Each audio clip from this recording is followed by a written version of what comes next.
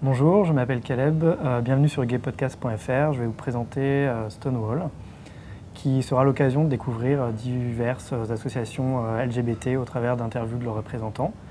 Alors pourquoi Stonewall? Un petit rappel historique, Stonewall est le nom d'un bar gay à New York qui en 1969 fut le point de départ d'une révolte des communautés homosexuelles, parce qu'à l'époque la répression était dure, elle était souvent suivi de sanctions sévères, et une descente de police de trop a mis le feu aux poudres.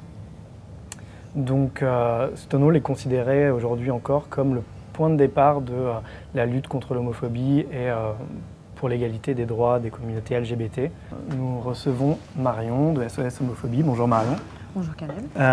L'association publie chaque année un rapport depuis 1994 et aujourd'hui donc c'est le 12e. Absolument. Si tu pouvais nous parler en fait de ce rapport. Il est réalisé à partir des témoignages qu'on reçoit sur la ligne d'écoute et sur notre site internet, puisque le cœur de l'activité de l'association, c'est d'être une ligne d'écoute tous les jours et un site internet pour pouvoir recueillir un peu les témoignages des victimes d'homophobie. Donc c'est le seul outil aujourd'hui d'analyse quanti et quali qui existe en France. Donc et comme c'est la 12e année, il est extrêmement reconnu. Donc pour ça, on s'en sert vraiment comme d'un outil de travail. On sensibilise énormément les pouvoirs publics, l'ensemble des institutions avec ça, pour rappeler chaque année que l'homophobie existe encore et voilà quelle forme elle peut prendre.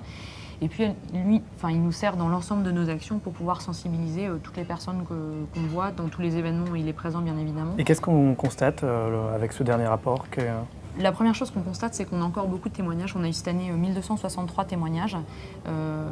C'est en plus une partie très émergée de l'iceberg, mais c'est très vraisemblablement une toute petite partie de ce qui existe. Et moi, perso, je trouve ça vraiment beaucoup. Ça veut dire qu'il y a au moins 1263 personnes qui se sont qui ont été victimes de lesbophobie ou d'homophobie ou de transphobie cette année. Donc c'est beaucoup. Ça, c'est la première chose qu'on apprend. Donc c'est loin d'être fini. C'est pas parce qu'on a disparu des médias ou que cette thématique a disparu des médias que le combat est terminé. Pour nous, est homophobe tout ce qui discrimine ou ce qui rejette l'homosexualité ou les homosexuels.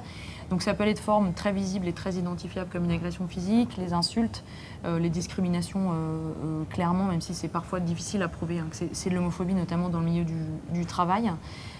Mais c'est aussi l'incompréhension, c'est une forme aussi d'homophobie. Il y a une chose qui est pour nous un peu inquiétant, voire même très inquiétant, c'est que le pourcentage des gens qui nous appellent pour témoigner d'agression physique est stable depuis 3-4 ans, aux alentours de 11%, c'est 11% précisément cette année. Donc ça veut dire qu'il y a une personne sur 10 qui nous appelle pour témoigner d'une agression physique. Puis sur le reste des témoignages, des contextes qui évoluent ou pas, le travail reste la première thématique, c'est hyper stable aussi depuis une dizaine d'années. Donc c'est vraiment des bastions de l'homophobie. Le voisinage, je le disais tout à l'heure, devient aussi le deuxième motif pour lequel on appelle l'association, donc c'est pas mal. Et puis Internet, on suit un peu l'évolution aussi des mœurs, donc devient aussi une thématique vraiment importante. Oui, à travers des messages qui sont laissés sur des sites. C'est un espèce de sentiment de grand défouloir et de lâchage complet sur Internet, parce qu'on a l'impression qu'on peut tout dire, alors qu'en fait, légalement, on n'a pas le droit c'est tout à fait interdit par la loi. Donc nous, on surveille ça, et on a une commission qui effectivement va interpeller les webmasters, etc., qui sont responsables des propos qui sont publiés sur leur site. En général, c'est assez bien suivi des faits, mais pas forcément. Qu'est-ce qu'on peut attendre en fait de ce rapport et de cette enquête au niveau des solutions? Nous, la première démarche qu'on entreprend avec ça, c'est vraiment la visibilisation du phénomène de la lesbophobie, pour pouvoir effectivement après étudier avec les gens qui sont concernés comment ça peut se passer. Marion, merci d'avoir répondu à mes questions. Merci au restaurant Les Trois Petits Cochons à Paris de nous avoir accueillis. Et donc je vous rappelle le récent rapport sur l'homophobie 2008 ainsi que l'enquête sur la lesbophobie qui viennent de paraître. Merci. Merci. Au revoir.